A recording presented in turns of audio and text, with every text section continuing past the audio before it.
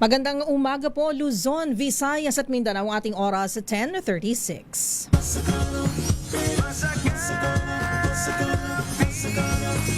Panibagong umaga ang naghihintay sa bawat manggagawang lubos nag-aalay. Ang bayan kasama sa kanilang tagumpay. Tara na, halika na, tayo na sa masaganang Pinas.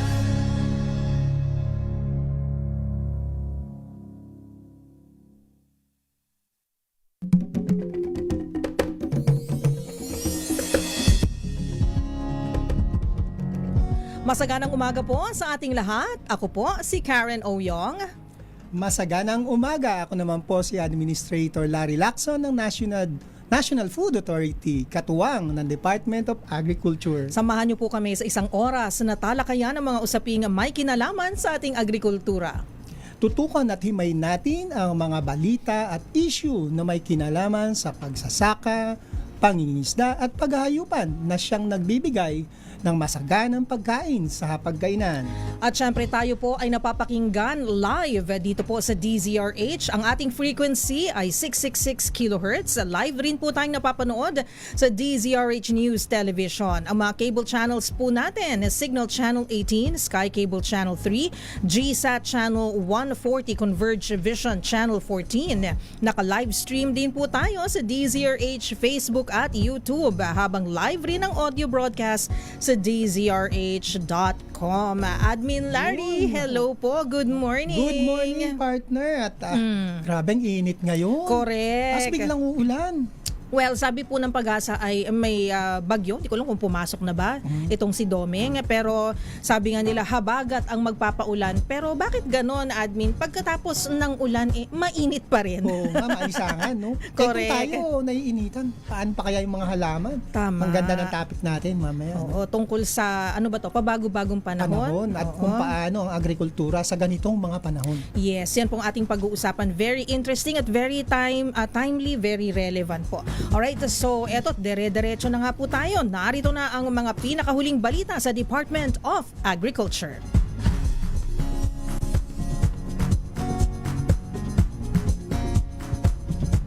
Balitang Agri.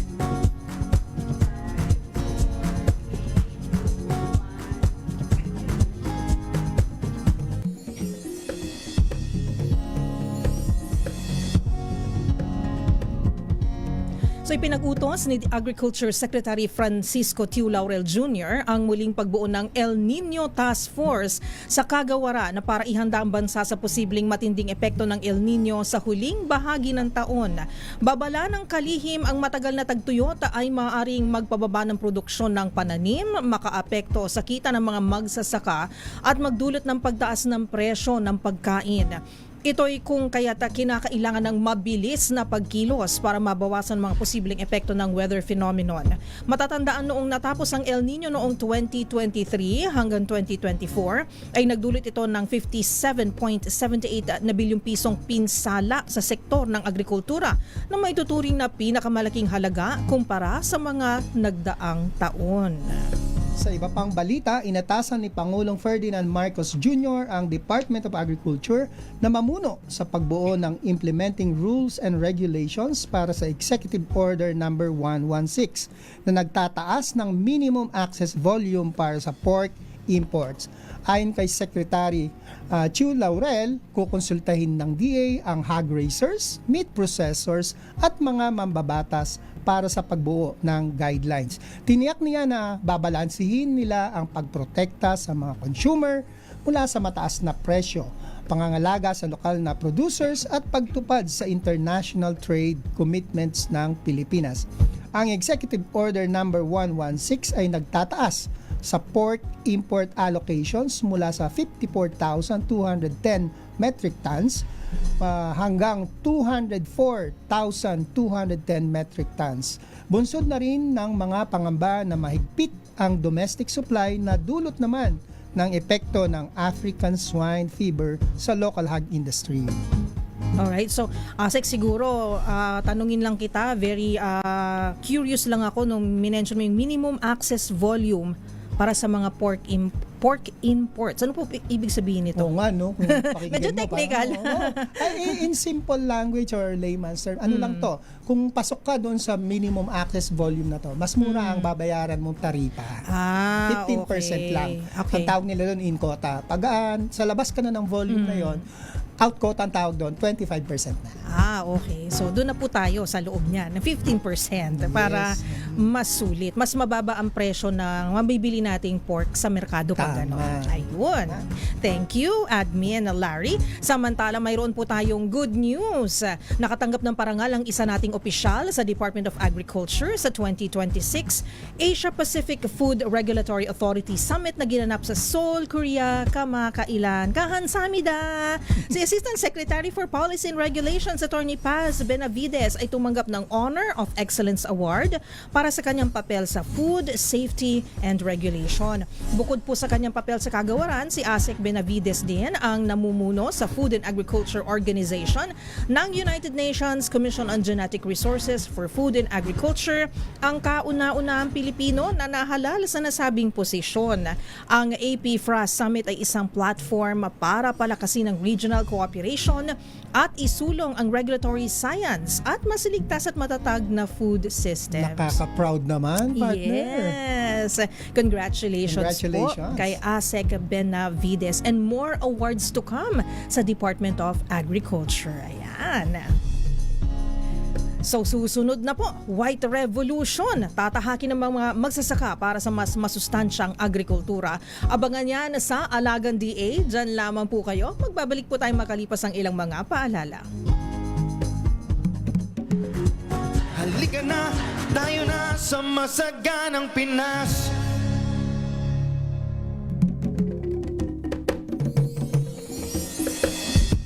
Ang Pilipinas po ang isa sa pinaka-disaster-prone country sa buong mundo at yan ang ating pag-uusapan mamaya-maya. Pero syempre, nagbabalik po ang ating programa. Ito po ang Masaganang Pinas. Ayan, sorry.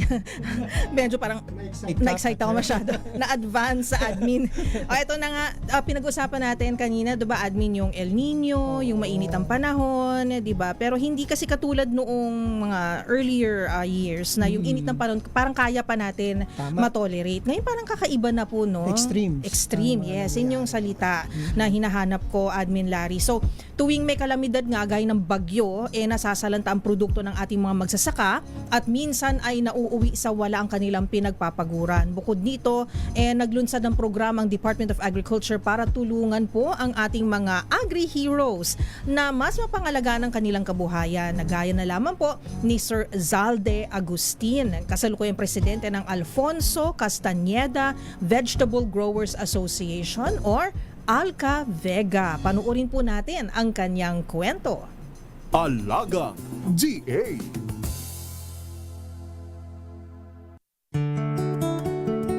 Ang gulay, bago pa man makarating sa ating mga hapag, ay dumaraan muna sa sistematiko at maselang proseso ng produksyon upang masiguro na ito ay sariwa at angkop sa pangangailangan ng mga mamimili. Ngayon, sa tulong ng mga modernong teknolohiya, higit pang napagyayaman ang industriya ng paggugulayan.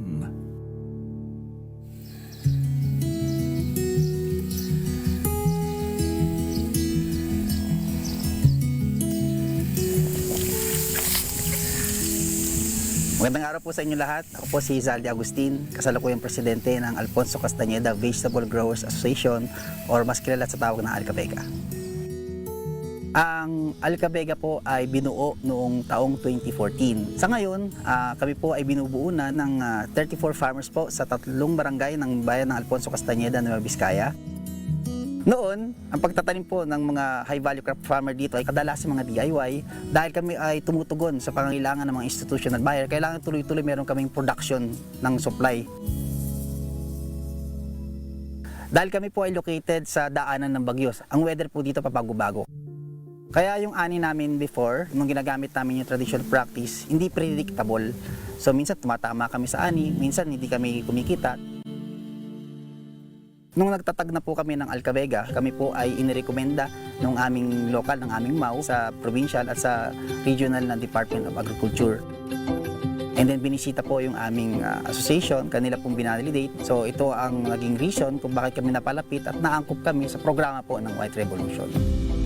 Kami po ay binigyan ng intervention katulad ng seeds, mga pataba, organic fertilizer. And then kalaunan, dito pumasok na kailangan mag-implement kami ng smart agriculture, mga smart technology, no, katulad ng greenhouse, paggamit ng solar irrigation, drip irrigation, makabagong IPM or Integrated Pest Control Management, at gayon din yung continuous market linkage, no, sa mga institutional buyer.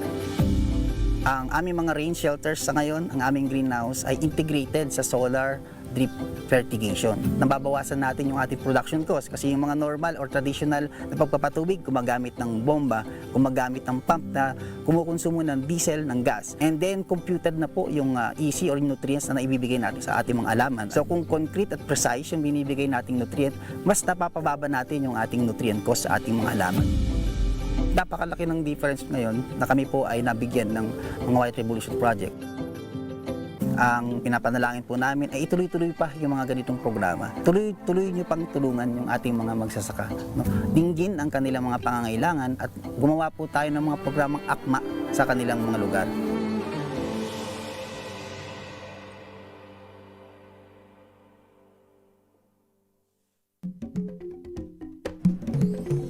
Ayan, at natunghayan po natin ang isa na namang natulungan ng Department of Agriculture sa pamamagitan ng kanilang programang White Revolution.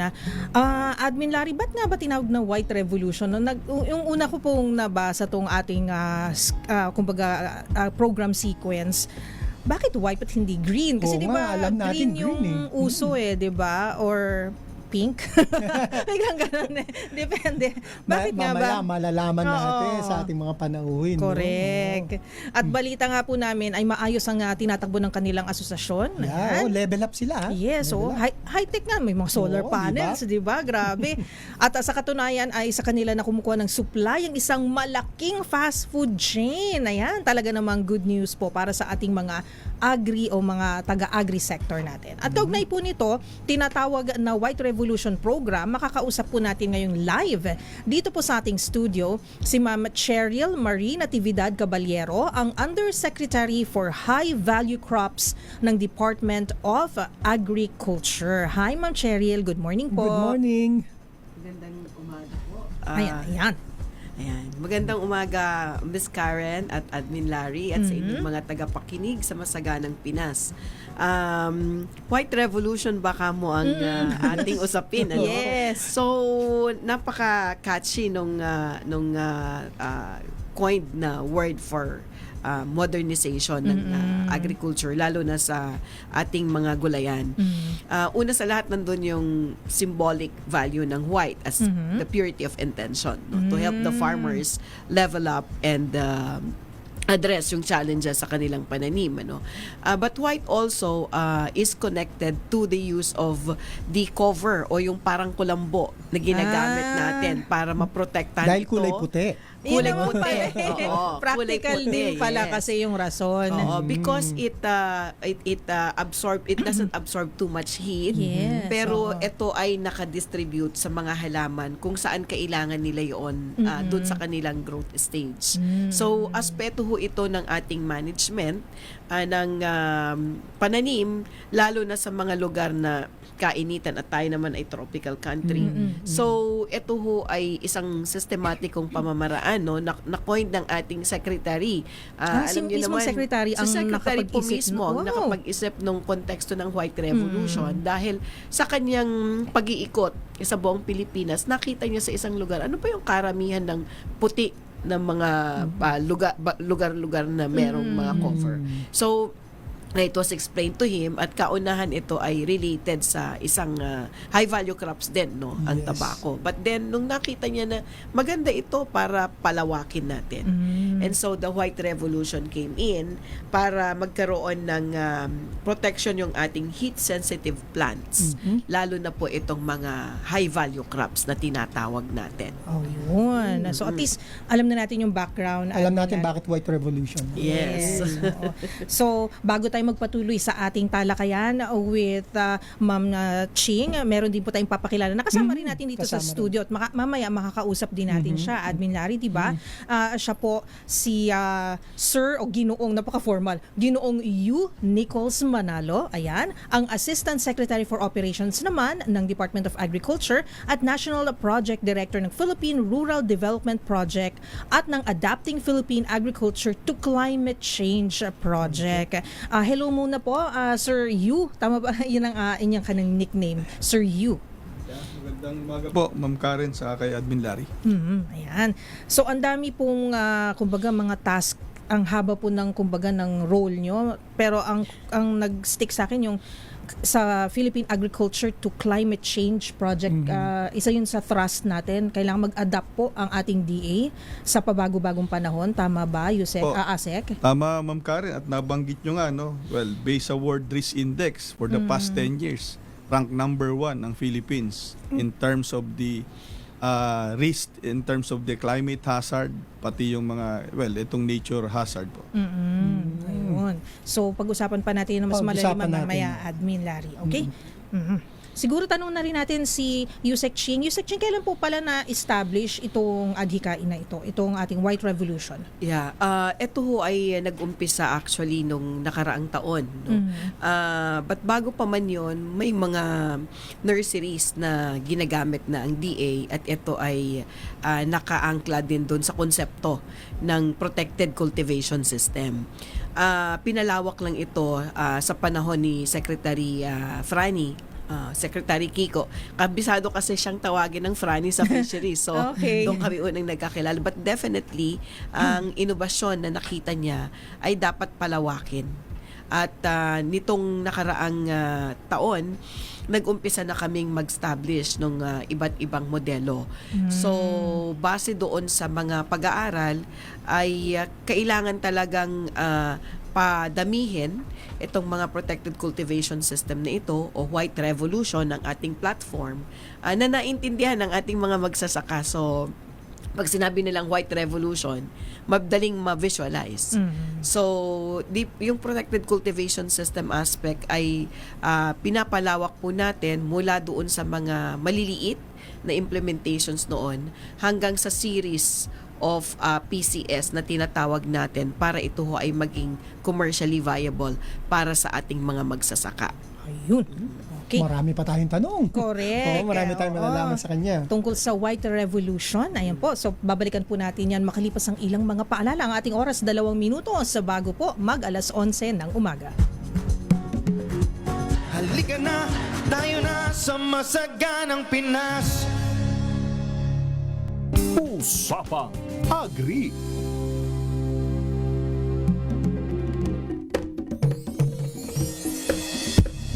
At nagbabalik po ang Masaganang Pinas live sa DZRH Radio at DZRH News Television.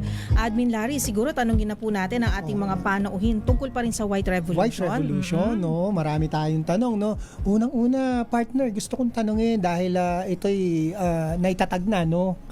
Matagal-tagal na rin, no? Gaano na ba karami na natulungan natin dito at palagay ko marami na ring pondo ang naitulong natin. Paki-explain nga. Una sa lahat, ito ay naitatag natin sa iba't ibang probinsya, no? Mga syudad na nalagyan under sa NUPAP noon, yung National Urban Agriculture Program natin, at ngayon ay pinapalawak sa High Value Crops Development Program. So, mas encompassing ho yung kanyang coverage dahil probinsya, munisipyo at may mga ugnayan din ng iba't ibang mga local government units. Kaakibat dito ang mga cooperatives. So, hindi ho kasi ito ordinaryo na ilalatag. Ano? So, kung ilan ito, nakaraan, umabot na tayo ng mga almost 200 plus. Nakatao or organization? Na PCS. Oh, marami na. Maliliit na greenhouses. Pero itong model na nakita ni Secretary dapat maging economically viable ay mas madami na magkakatabi. So ito ho ay mga tatlo pa lang yung nailalatag natin because napaka-selective ng partnership sa organisasyon. Kasi hindi siya ordinaryong grupo, kundi dapat meron silang commitment, meron silang counterpart, May at organization. meron silang malakas na organisasyon. Dahil imagine natin, Karen at Minlari, no? Etong production nila ay magiging premium. Mhm. Dahil protected ang area kung saan sila ay nagtatanim, manage yung patubig kung kaya't hindi tayo mag-aaksaya ng tubig lalo na sa tagtuyot, at higit sa lahat pinapractice din nila yung integrated pest management kung saan ang mga pestisidyo ay nababawasan sa paggamit ng magsasaka dahil manage at control Controlled yung production environment. area. Oo. Yun ang inobasyon na gustong mailatag ng ating secretary para tuloy-tuloy ang availability ng ating mga gulay at tumaas man, bumaba ang presyo, controlled natin structurally and institutionally. At saka Yusek, di ba, ang isa sa mga malaking layunin nito ay talagang makapag-ani ng mas marami kaysa sa tradisyonal, no?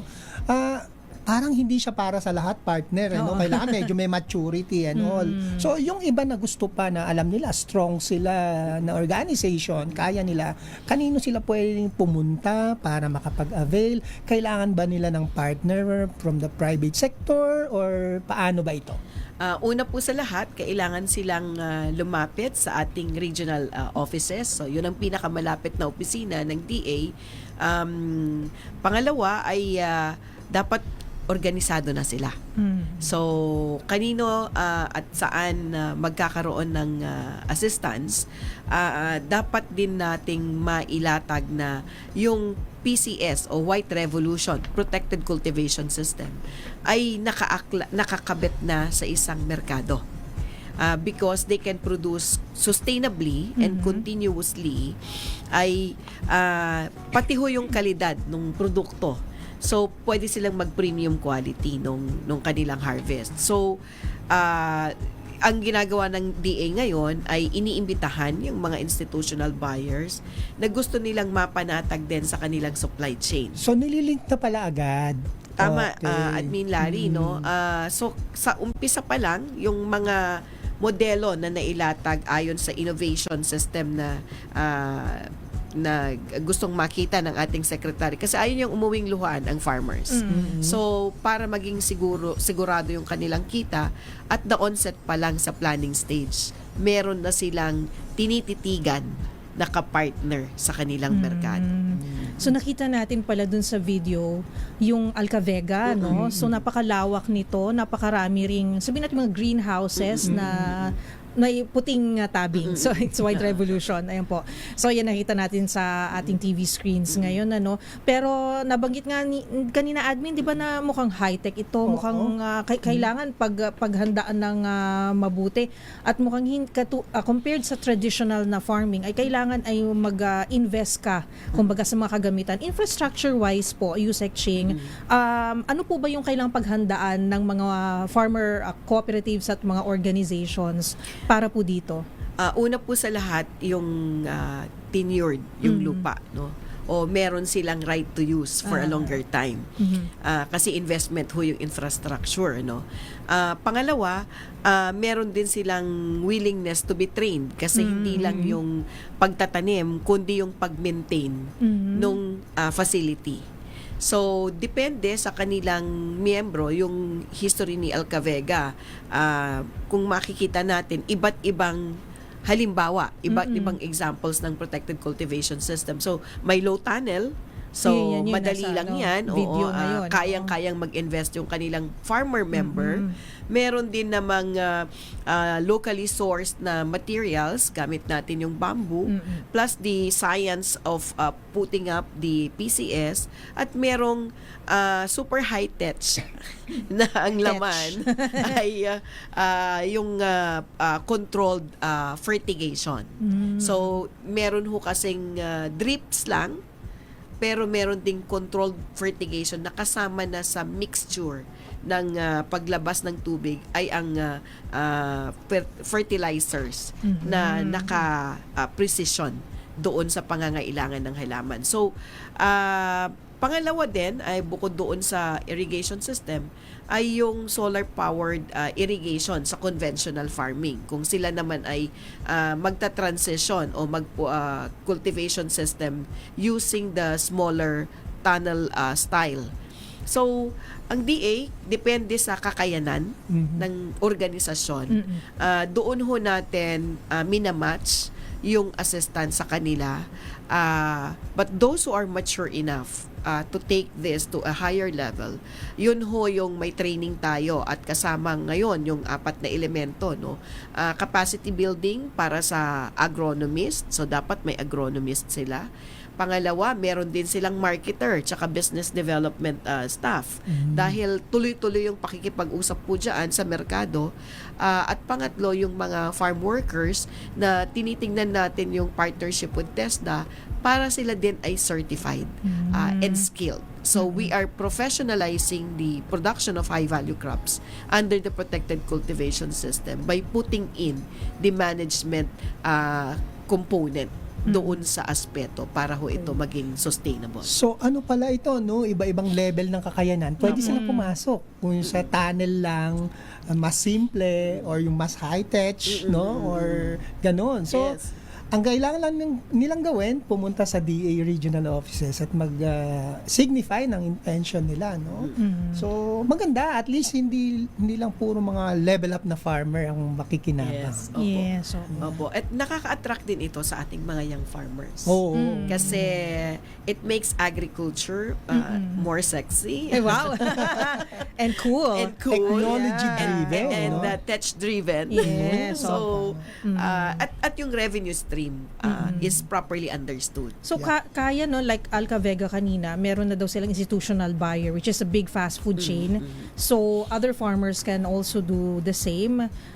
Kaya po nilang mag-produce nung kinakailangan po nung institutional buyers nila. Kasi consistent po yung quality, Yes. yung quantity, ayan po.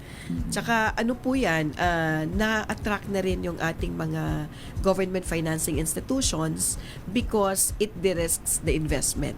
Medyo na kasi siya, oo. financially rewarding na siya. Yes, Oo. Okay. Mas bankable. Mas bankable. Sexy, cool, and bankable. Wow, that's White That's the Revolution. innovation of White Oo. Revolution. Galing naman ni Sec, Franny? Yes, Ano po. tawag sa kanila? Sec Franny. Sanay kasi kami tumawag sa kanya sa fisheries dati ng Franny. So, Well, partner, bago tayo He's a cool guy. marami pa tayong pag-uusapan, no? Yes, oo. Balita ko kasi may ibibigay na mga assistance para sa ating mga magsasaka at pangingisda. Tanungin naman natin si Q, no? Q, ano ba, naibigay na ba natin itong mga cash assistance? Magkano na ba naibigay natin? Maraming salamat sa tanong, Admin Larry. Well, nagkataon po na meron tayong 10 billion no, sa 2026 sa budget ng DA at tinatawag nating Presidential Assistance for Farmers and Fisher Folks. Tapos nangyari po itong Middle East crisis. Ano po? So ito po, sinimulan natin ngayong buwan ng Mayo, ang pagbibigay dito po sa ating mga farmers at fisher folks totaling to around 4.1 million farmers and fishers, no? So sa ngayon po, out of the 4.1 million, as of May 28, nasa 1.2 million na po ang nabibigyan natin. Sa tingin natin, medyo maliit pa, pero patuloy po ang ating pagbibigay through our regional field offices. Ang 1.2 po ay ang kaakibat po niyan dun sa nasa 2.8 billion po yan. Marami-rami na rin. Marami po. Ang nangunguna po dyan, ang Region 7, sa pagbibigay po, Region 5, 4B, saka Region 6 po. Ayun, kita mo naman ang DA, partner. Talagang yung assistance for our farmers and fisher folks, ganun na lang, ano? Yes. I'm sure, mas lalong bibili siya na ASEC, no, this coming weeks and months, no? Balik tayo dun sa White Revolution, no? Kanina may nabanggit ka na sa yung vulnerability ng Pilipinas, kung gaano ba tayo ka disaster prone. Paki-explain mo nga maigi, parang ang bilis kanina ng pagkakaano mo eh. Well, alam po naman natin no, na tropical country tayo. Ngayon nga po, nasa El Nino Watch po tayo. Hindi pa po tayo nasa El Nino. Wala pa po tayo sa El Nino regime. Nasa El Nino Watch pa po tayo. Pero bago po tayo nag-El Nino, ano po ba tayo? Puro puro La Nina naman. So yun po ang cycle, no? Sa base sa World Risk Index sa nakaraang 10 taon, number 1 po ang Philippines sa in terms of exposure sa natural hazards sa mga climate change related infrastructure impacts, no. So ngayon, yung White Revolution po na binanggit ni Yusek Ching kanina, na programa nga po ng Department of, isa yan po sa tinatawag natin na strategy para po palakasin ang ating mga magsasaka na makasabay dito sa pabago-bagong panahon. Okay. It's part of the mitigation measures, yes, no? Totoo yun, ano. Pero meron daw po kayong program, ASEC, yung Adapting Philippine Agriculture to Climate Change, yung APA project. Kumusta na po ito at paano natin natutulungan yung mga vulnerable farmers po natin? At syempre yung kanilang mga pamilya na rin po. Po, salamat po, Ma'am Karen, sa tanong, no. Ito po ay 7-year period project na sinimulan natin noong October 2024. Ito po ay sa pakikipagtulungan ng Food and Agriculture Organization ng United Nations, ng DOST Pag-asa. Mamaya po, babanggitin ko bakit andyan yung science at ang Department of Agriculture. Pati na po ang ating mga local government units. Ito po ay ini-implement sa siyam na probinsya, sa 5 region. Ito pong mga probinsya na to ang Apayao, Kalinga, Ifugao sa Cordillera, Cagayan, Isabela sa Region 2, the Camarines Provinces ng Bicol Region, Bukidnon ng Region 10 at North Cotabato ng Region 12. Wow. So Luzon, Visayas, Mindanao covered po Apo. tayo, ASEC. Ayan. Gano'n nga karami yung natin dito, beneficiary Ang natin? tina-target po natin out of the $26 million grant, no, na nanggagaling sa Green Climate Fund, ang total na tina-target natin dito ay nasa 250,000 unique individuals or mga farmers households. At ang direct po na tatarget na bibiyayaan nitong grant po, no, is nasa 45,000 individuals lang. Yung balance po ay manggagaling sa Department of Agriculture sa iba't ibang mga programa. Oo. okay. Alam mo kasi, partner, talagang matagal nang ginagawa ng Department of Agriculture itong sa climate resiliency, may mga village pa nga na nag-a-adapt ng mga climate resilient practices. Itong sa FAO is parang karagdagan, no, ASEC, no? Parang suporta ng FAO sa Philippine government para mas lalo pa yatang mapalakas yung ating ma-enhance. yung response natin dito sa pabago-bagong panahon. So kailangan talaga tayo ang mag-adjust, hindi ang Tama, panahon na mag-adjust. Pero gusto ko lang tanungin, Admin Larry, kay ASEC EU, kung paano nyo pinipili yung mga beneficiaries, tas pag nabigyan nyo po sila ng tulong, ano po yung mga dapat nilang paggamitan ng tulong na yon? Po, magandang tanong yan. Nabanggit ko kanina yung DOST Pag-asa. Ano po? Kasi yan po ang science behind. Ito pong mga, kung bakit po tayo nasa El Nino Watch ngayon, at talaga pong hindi natin may iwasan na ang forecast ng pagpasok ng June, July, August, 79% po ang probability na madidevelop na ang El Nino. So pagpili po dito sa APA, katuwang po natin ang ating local government units, ang DOST, ang FAO, tingnan natin yung vulnerability profile, no? Doon po sa 9 na probinsya, 100 municipalities po ang pinili natin doon. At tiningnan natin doon sa 100 municipalities, sino ang ready ng mga farmer cooperatives and association, at doon po tayo pipili, no, ng mga ating mga beneficiary. Yung ating beneficiary, i-group sila into learning groups. Tuturuan sila kung paano ang tinatawag na climate resilient agriculture, na kung saan ang isang halimbawa yung White Revolution kanina, at ito po ay bibigyan sila ng mga trainings, inputs, at ang ultimate po natin na objective ay kumita sila. Kasi Of course. kumbaga mag-a-adjust tayo sa panahon at dapat yung pag-adjust natin, kikita po ang ating mga magsasaka. Okay. Scientific ang pagpili, partner. Yes, correct. Oo, hindi basta mag-a-apply lang doon tas walang basihan.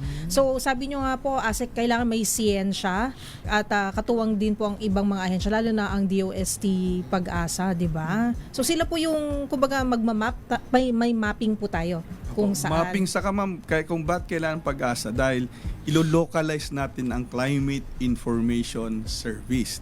Hindi po ito yung pangkalahatan na forecast lang o climate outlook.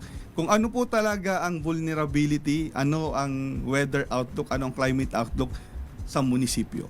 Wow. So parang tailor fit.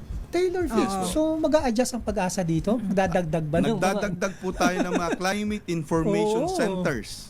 Maglalagay po tayo ng mga climate information centers. Ayun. Galing, ha? So good news din 'yan ano. Buti na lang nandito si ASEQ. Oo, 'di ba? So sa mga kababayan po natin na gusto pa pong malaman ng ilang mga detalye tungkol po dito sa kung saan po sila pwedeng lumapit, magtanong, kung sila ba yung grupo po nila, kooperatiba nila ay kumbaga pasok ayan, sa mga pwedeng matulungan po ng inyong departamento o inyo pong section po or programs, paano po kailangan nilang gawin? Una po, kung dito po tayo sa APA, marami po tayong, sabi ko, nabanggit kanina, mga social media account po ng DOST Pag-asa, FAO, saka ng Department of Agriculture, lalo na po yung mga binanggit kong regions, no? Kanina yung 5 regions, andun po yung informasyon. Pero sa pangkalahatan, ang gusto ko pong emphasize, hindi porket wala ang APA dun sa ibang region, wala na ang Department of Agriculture sa climate change. Hindi po Ayun, ganon. Okay. Ang lahat po ng programa sa ngayon ng Department of Agriculture, mapa sa magsasaka, mapa sa mangingisda, masa pa sa paghahayupan, may mga programa po tayo para palakasin ang pagtugon sa bagong panahon. Lumapit lang po kayo sa aming mga tanggapan.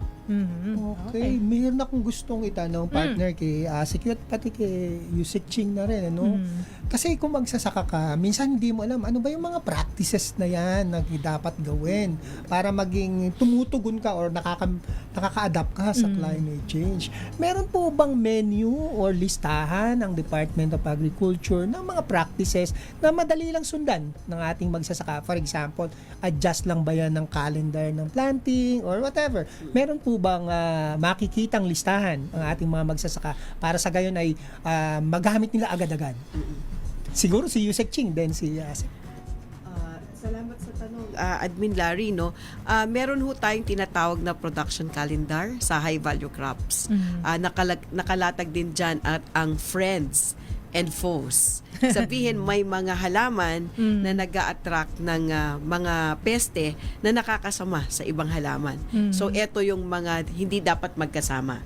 So parte ho yan ng laymanization, nililaymanize ho natin ang aspetong ito sa pakikipag-ugnayan sa iba't ibang partners. Of course, sa DA, nandiyan ang Agricultural Training Institute at meron din ho tayong mga international partnerships like experts from Japan, nitong bagong grupo is from Canada at yung experts nila ay nilalatag natin sa kaalaman na maiintindihan ng ordinaryong magsasaka. So that's part of the capacity building.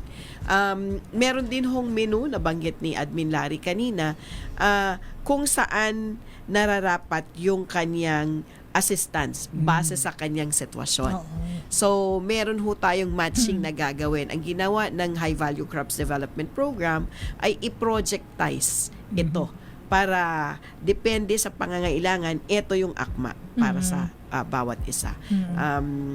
For example, yung Gulayan sa Bayan, seedlings production, they may not go into the white revolution, pero hindi naman sila uuwing luhaan dahil meron silang kakayanan na magpadami ng seedlings using open pollinated variety sa kanilang mga lugar. So 1,370 partnering mainly with the Rural Improvement Club and women. So may gender lens siya. So madami ho yung ating listahan at nagpapasalamat din tayo sa DepDev na dalawa sa programa ng high value crops ay nabigyan ng National Priority Plan. Ibig sabihin, ang private sector na magdo-donate doon sa dalawang programang yon, which is the Gulayan sa Bayan at yung Sustainable Agroforestry Farm Enterprise, are may tax deductibility. So, pinapalawak po natin ang ating partnerships kasi hindi naman sapat lahat ang ating pondo pero ma-accommodate kung sama-sama. Gusto ko lang din, Admin, tanungin, of course, nandito na kasi sila, both our guests, kung paano, how are you working together? Kasi si ASEC EU, yung project niya, kasi tungkol sa climate change, ano? And then kayo naman po sa White Revolution, you take into consideration yung climate change talaga. Pero, as far as I understand, parang kumbaga climate change resilient na yung ating mga tanim sa White Revolution, tama po ba? paano po ang partnership ninyo working together, recommending farmers sa mga certain programs at yung mga pondo o yung mga ayuda na nababagay po sa mga proyekto?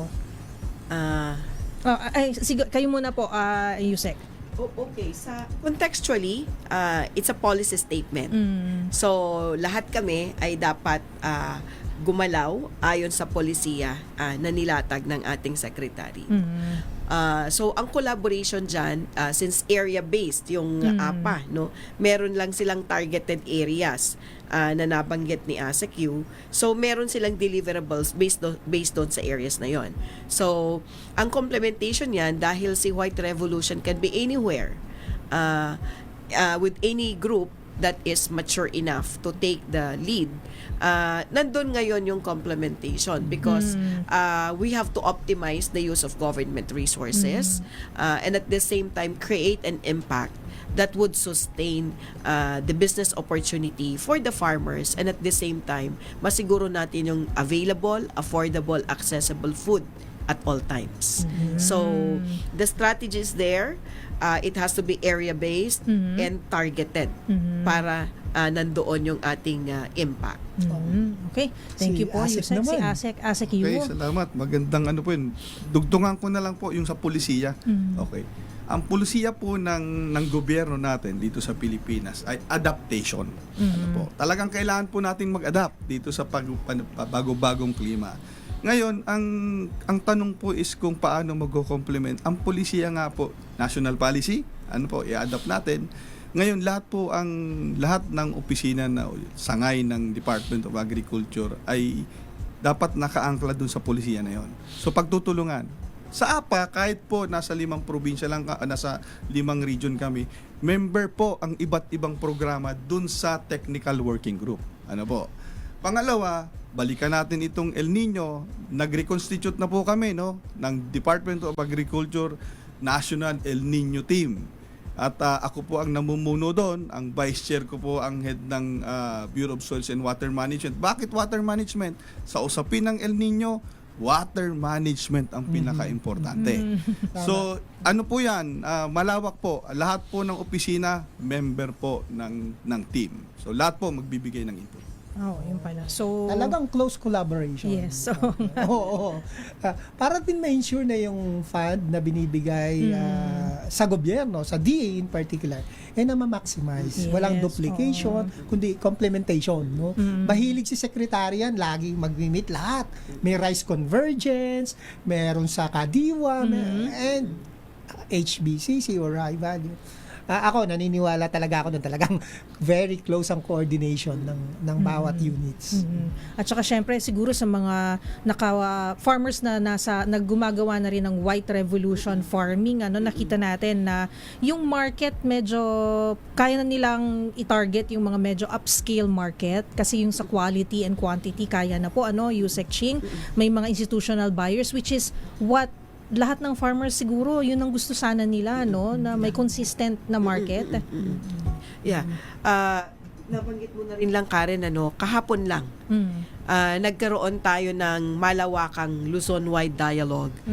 Kasama doon yung mga farmers at ilang regional directors ay nandun din, plus 5 institutional buyers. Oh, wow. And they are so thankful sa Department of Agriculture dahil kaunahan hong nangyari ito na sila ay nag-meet at hindi lang nag-greet kundi they can collaborate and engage. So the process has been initiated by the DA para mas maging kampante ang bawat isa sa kanilang pakikipag-ugnayan sa pagninegosyo sa ating agrikultura at sa ating mga pagkain. Ayun. Okay. Thank you po, Yusek Ching and Asek Yu. Okay, bago po tayo, kumbaga, magpatuloy pa sa ating programa, pero hanggang dito na lang po muna ang ating diskusyon. Hihingan po natin ng mensahe ang ating mga eksperto, ang ating mga panauhin. Admin Larry, unahin po muna natin si Asek Yu Nichols Manolo. Go ahead po, sir. Again, maraming salamat Miss Karen sa Admin Larry sa pag-imbita sa amin. Una po, ang sigurong gusto kong ibanggitin na pahayag ay sa pagtugon po sa bagong panahon, hindi po ito sa gobyerno lang. Ito po ay kailangan, sabi nga ng ating Pangulo, a whole of nation approach. Lahat po tayo may taya. So tayo po ay magtulungan. Thank you po, ASEC.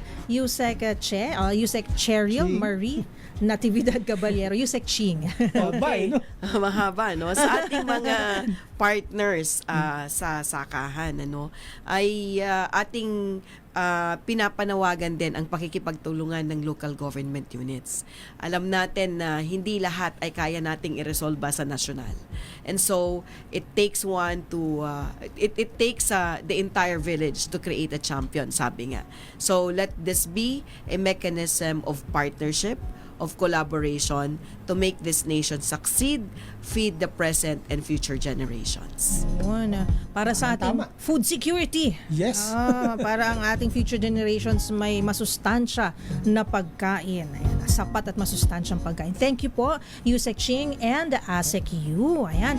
At susunod po, benteng bigas. Saan makabibili? Hindi secret yan dahil sasabihin na natin mamaya-maya. Antabayanan sa aming pagbabalik ang ating oras, 11:30. Halika na, tayo na sa masaganang Pinas. Benteng bigas, meron na. Preso, the best. Iba ang saya. Benteng bigas, meron na. Para sa pamilyang Pilipino talaga. Benteng bigas. At mabibili na po ang benteng bigas sa maraming parte ng bansa at patuloy pa itong pinapalawig tuwing Sabado. I-anunsyo namin dito sa ating programa kung saan eksakto nakapwesto. At gayon din ang mismong schedule ng bentahan ng benteng bigas o P20 rice. Buong linggo po Monday to Sunday sa Barangay Food Terminal Association sa Dinalungan Public Market Poblacion Zone 2, Dinalungan Aurora, Waltari Agri-Trading, Avenida Highway, Barangay 2, San Luis Aurora. Nasa tabi po ito ng Fiesta Gas Station. Hope Rural Improvement Club, Purok 5, Barangay Salay, Dipakulaw, Aurora. From Monday to Friday naman po sa Kilusang 5 para sa lahat ng para sa lahat multipurpose cooperative, Purol, Tanige, Barangay Aplaya, Dingalan, Aurora. Igorot, Ilonggo Farmers Association sa Maria Aurora, Aurora. Baler, GID and Annexes, 198 National Highway, Barangay Suklayen, Baler, Aurora. Monday to Saturday naman po sa Tapulaw Multipurpose Cooperative sa Tapulaw, Orani, Bataan. Monday hanggang Thursday naman sa Makabagong Agrikultura ng Dinalupian Marketing Cooperative o MADMC sa Talas Street Common Terminal, San Ramon, Dinalupihan, Bataan. Habang Monday to Friday naman po sa Greater Bani Multipurpose Cooperative sa Kataning, Balanga, Bataan at Roman Superhighway sa Barangay Camacho, Balanga City sa Bataan. Punta na doon. Go, go, go! Yeah, at yan, no? Kung gusto nyo pong makatulong na mas mapalawig pa ang benteng bigas at ang pagbebenta ng murang agricultural products, pwede nyo pong paggamit ang inyong permanente or semi-permanent structures para maging kadiwa outlets. Para sa karagdagang detalye, pumunta po sa da.gov.ph. At dyan na po nagtatapos ang ating programa ngayong araw. Magkita-kita po tayong muli sa mga susunod na Sabado from 10:30 hanggang 11:30 ng umaga dito lamang sa DZRH. Makinig, makilhok at makiisa para sa sapat at mayabong na agrikultura. Tayong lahat sama-sama sa isang Masaganang Pinas. Bye! Araw-araw ang pagkain galing sa pananim, sa bukid, sa tindahan, hanggang sa habag natin.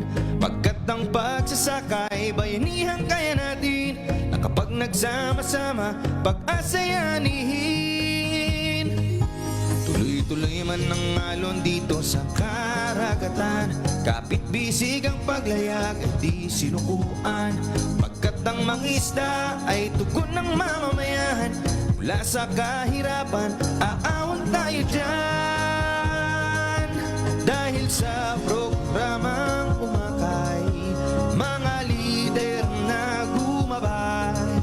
Ngayon ang magsasaka at ang mangingisda ay unti-unti nang naiaangat. At lahat kasama sa pagbuo at pagtatag ng masaganang